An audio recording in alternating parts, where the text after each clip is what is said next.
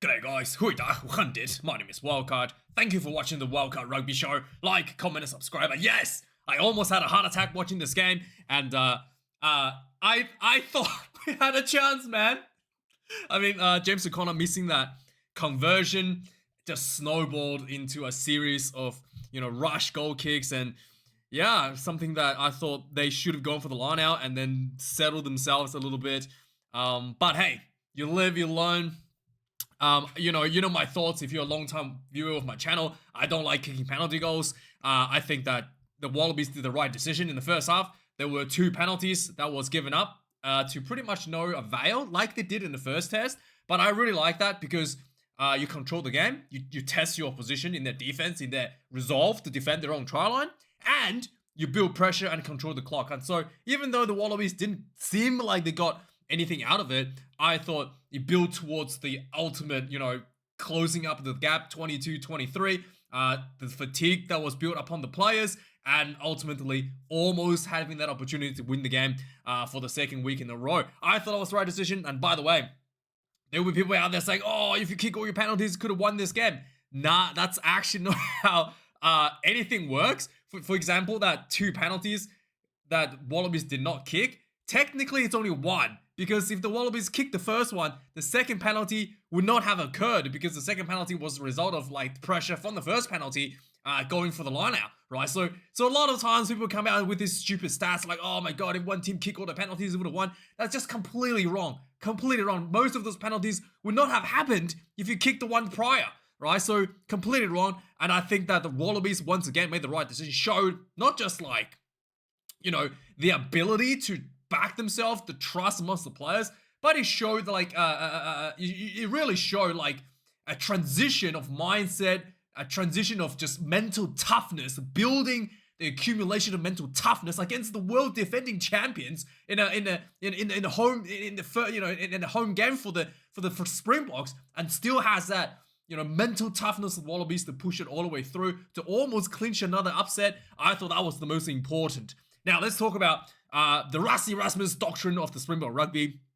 The 3 iron pillars are back this week. The kicking game, up and unders, goal kicking, the scrummaging was once again very, very dominant. I thought the Wallabies did really, really well this week, actually. We're going to look at some of the scrummaging from between Tupou and Nche early in the game. I thought Tupou was under a bit of pressure early on, and he adjusted and did really, really good with his body position. We'll talk about it in a second. And obviously, the third and most important, the Springboks rush defense was just oppressive. Absolutely oppressive. Shutting down a lot of the Wallabies' opportunities. And I do think that the Tate McDermott was put on the field a little bit earlier. I do think that has a little bit to do with the effectiveness of the rush defense for the Springboks. McDermott, again, I've talked about him in Super Rugby, a little bit too hesitant, too slow at the breakdowns, and then just too predictable with some of the options that he was selecting, like just passing one pass crash ball, and really allowing not only the Springbok backline time to set up for the defense, and also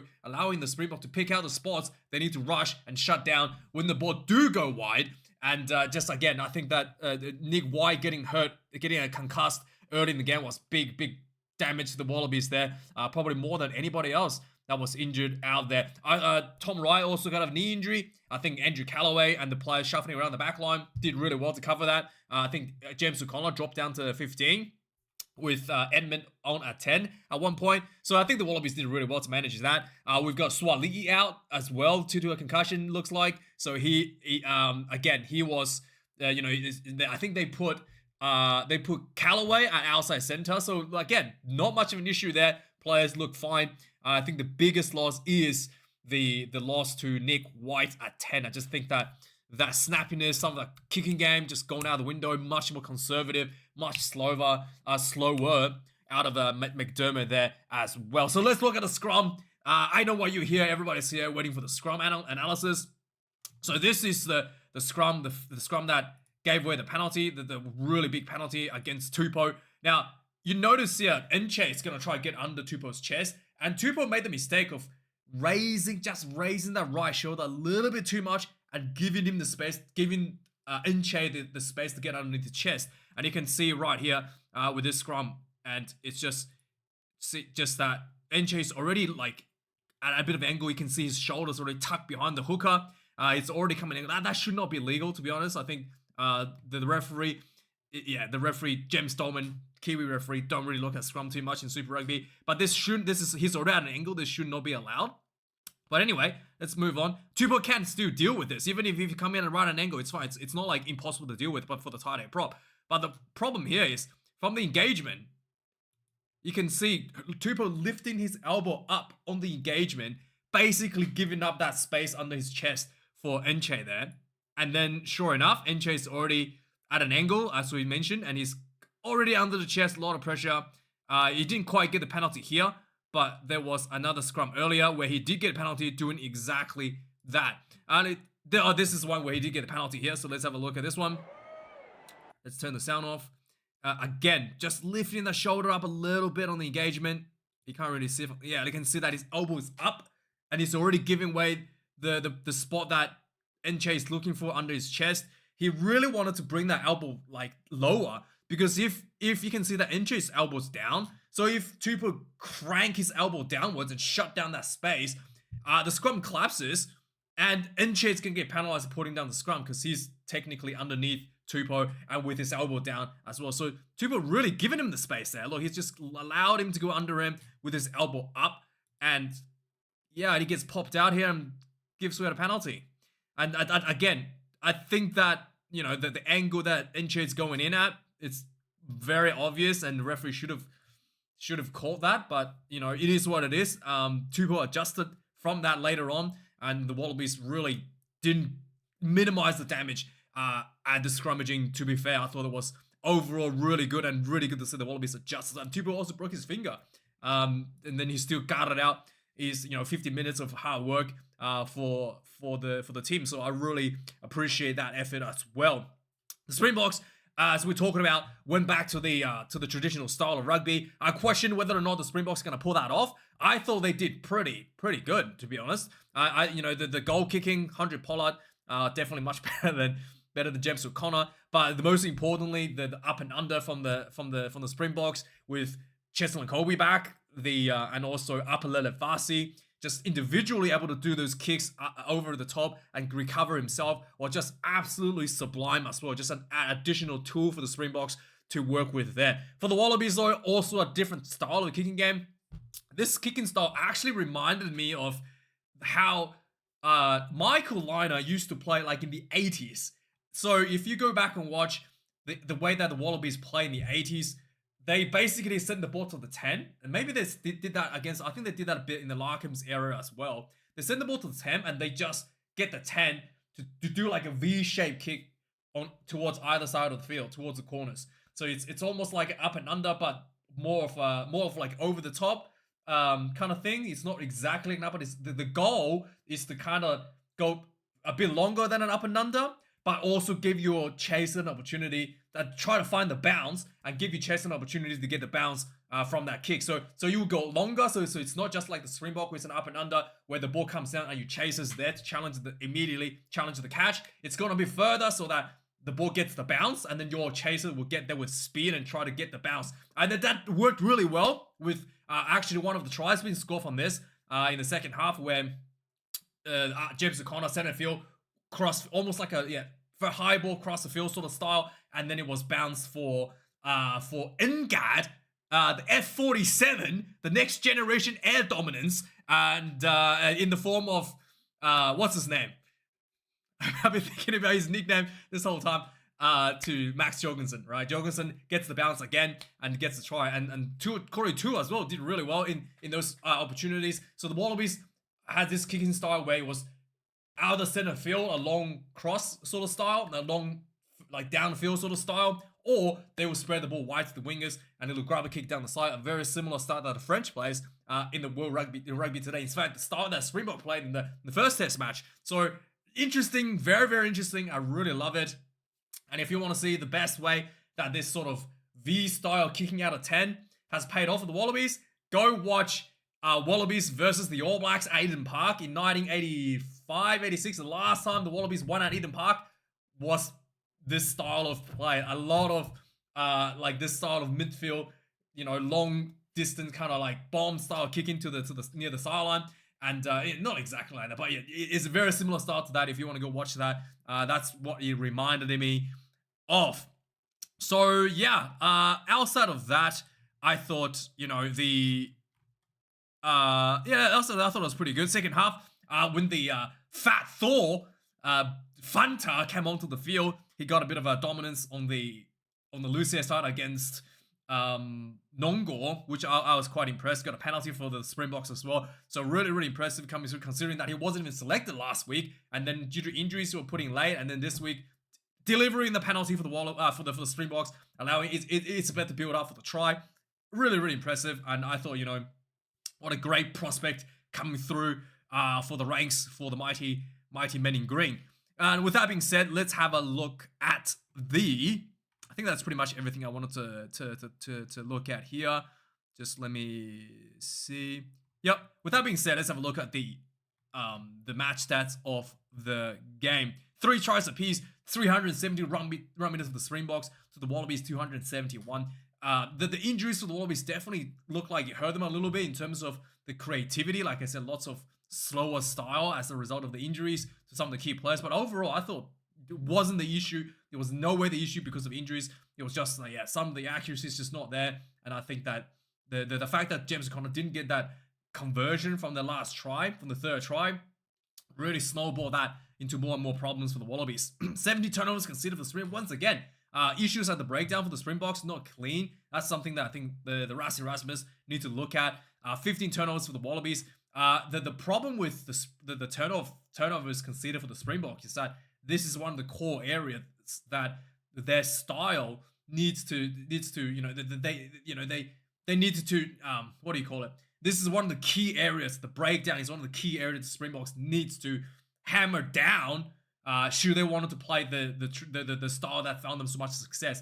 This is one of the core pillars of the game, of the Springbok game plan that cannot go away. So they need to definitely improve that in the future. 129 tackles made for the Springboks, 30 missed tackles as well. Again, this is the rush defense, some people say, do result in more missed tackles, but still 30 is a bit too much for only 129 tackles made. 114 tackles, the Wallabies, 15 missed tackles. That is really much better in terms of percentage completion rate for the Springboks. The Springboks really want this to be their stats instead of this to be their tackle stats. 35 kicks to play for the Springboks. Like I said, much more utilization of that kicking game. 28 for the Wallabies. A bunch of missed kicks for James O'Connor. Rabbit. Yeah, I think his goal kicking used to be better in high school. Seriously. This was a bit of embarrassment. And of course, as we expected, the kick meter has ballooned for the Springboks, 784. I think last week it was about 500 for the Springboks in terms of kicking meters. Complete change of game plan this week. 586 for the Wallabies. I think they had a bit higher last week, maybe 600, 650. So overall, it's a bit of a turnaround in terms of kick meters for both teams. Lineouts, no loss for the Springboks, 9-0. 12 for the Wallabies, 2 losses. It's not too bad. I think it was like 1 not straight. Not too big of an issue overall, to be very frank with you. No scrum loss for either team. So like I said, the scrum did get penalties on their own feed for the Springboks, which was really the important part for Rassie Erasmus. Penalties conceded once again. The Springboks was the more ill-disciplined team out there tonight. Last week, the Springboks conceded 12 penalties. This week, 9. Better than last week. I mean, in the international test match, 9 is actually, like, anything under 10 is quite good. But when you look at the Wallabies, 6 penalties given out overall. Something that I think the Springboks, especially Rassie Erasmus, will want to look at that stats and striving towards with his own team. Because when you have a team that gave away 6 penalties, even if you kick all 6 somehow, like it's very unlikely that all 6 is going to be in the kicking range. Even if you kick all 6 somehow, that's only 18 points overall. You're not gonna be able to consistently win test matches with only 18 points of penalty goals. So like, it is something that, again, Rassie Erasmus has to, this is what I thought, why I thought last week Rassie's game plan was not as bad as people were making out of to be during the week, because he's recognizing that the goal kicking style might not be that sustainable going to Rugby World Cup next year as a team and getting more and more clinical, more and more disciplined. You're just not going to get that many opportunities to kick goals anymore. So you have to find another opportunity to score, another pathway to get points on the board. And I thought last week the strategy was correct, but it wasn't executed consistently throughout the whole game. 1 yellow card given away for Apelele Farsi for deliberate knock on near the end of the game. Inconsequential overall to the result. Now let's go through the point summary of the game. So yeah, there was early penalty. Swali sealed off at the breakdown, and immediately Springboks taking the 3 points to 0, making a very early statement what their intents are coming into this game. 5 minutes into the game, Nche got on the Tupou, got a penalty from the scrum. Big angle, I thought, like I already talked about. Springboks kicks another one, 6 points to 0. 7 minutes in the game, the Wallabies had their own scrum. There was a short arm penalty. And Nick White taking quick tap and then ran and grubber kicked the ball behind.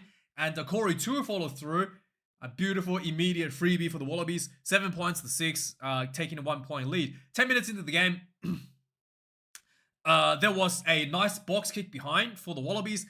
There was a lot of rush pressure from Alberta Smith, who gets the turnover, basically slammed Nick White on the ground, causing him to get a concussion. That's when Nick got taken off. But essentially slammed Nick to the ground and got the turnover. And then the ball, there was a penalty advantage. The ball went out to Pollard, crossfield kick, and Kanan Moody got the bounce. Easy try for the Springboks, 13 points to 7. There was a penalty. There was a try deny for the Wallabies 13 minutes in. It was a little kick behind from Andrew Callaway running on the sideline, and then Pollard seemingly knocked the ball backwards, which Fraser McRae followed up with a try. But it looked like Andrew Callaway knocked the ball back out of his hand, so there was a knock on, no try there. I think the right decision there. 16 minutes in the game, there was a penalty to the Wallabies, easily kickable. They decided to go for the line out. I completely agree with this decision. Later on, another penalty was given out. Again, Wallabies went for the line out, and it was again stopped. 34 minutes in the game, the Springboks breaks a stalemate. They had a 22-meter line out. Essentially, there was some poor defense from the Wallabies, going backwards, giving away 22 yards in about 5 carries, and then eventually Albertus Smith picked and go, and then crashed himself over. He literally shrugged off like 2 defenders, which should not have happened for the Wallabies, and then he gets the ball down for the try. 20 points to 7. Just before halftime, Wallabies got a penalty. They kicked this one very low and long. James O'Connor, I think that the wet conditions maybe made the ball a little bit heavy. Very low and long, 40 meters out. Barely made it over the crossbar. 20 points to 10, the Wallabies halftime score. 6 minutes in the second half, there was another scrum for the Wallabies. The ball went out to James O'Connor. Like I said, there was a little V-shaped kick down the field. It bounced for the NGAD F47, Max Jorgensen. He gets the bounce, went in for the try. 20 points to 17. Swali got taken off after this for a high HIA. I think it was a HIA. And then after that, there was a penalty to the Springboks for offside. They're taking down a 3. 23 points to 17. 67 minutes in the game. 63 minutes in the game. Again, Corey Tupou made a nice run through. Almost got there just before the try line event. And then 67 minutes in, there was a penalty of the Wallabies. They went for the line out. They went for the maul. And Panga Amosa dots the ball down for the try. 22 points to 23. And this was the most crucial kick that snowballed everything against the Wallaby. James O'Connor, it looked like he may have slipped, or maybe the booing got to him. Missed this kick. It should have been almost 100% kick there, especially for a test rugby level player. Not crazily hard angle, and he missed this one. 22 points. This with missing this goal meant that the Wallabies had to score twice after the Springboks scored their try. So the Wallaby was desperate, trying to kick a goal at the end to get themselves within reach for a try. So yeah, that really got. This really was the turning point for the Springboks with the missed goal. And then 73 minutes into the game, the fat Thor Venter gets a scrum penalty. And then follow that penalty advantage, Ibn Isbeth dots the ball down for the try. 30 points to 22. And then 76 minutes in the game, another penalty for the Wallabies. Again, this was right in front of the goalpost. This should have been, like if James O'Connor got the conversion, they would have gone for the line out. For the more, maybe got another try and got back ahead. But because of the fact that James Conner missed the one, they really needed to close that gap down to like 1 try gap, because you have to score twice anyway. So the James Conner, they were forced to take the 3 here, and he missed. So yeah, still 30 points to 22 after that. Fasty got sent off after that, and then just before full time, the Wallabies went for another attempt, 50 meter out, short. I mean, when they kick, when you almost fell short 14 meters out. 50 was just clearly a bit too much. And then, final score, 30 points to 22 for the mighty Springboks. And Bokke Mania And the Rossi Maniacs will be back and celebrating tonight. Especially, after last week, the Bokke Mania seemingly died at the hand of Wallabies. It's good to see that it's back again. So happy days for the Springboks. Hopefully you can have a better week that's coming up. And have a good one. Thanks for watching. Cheers.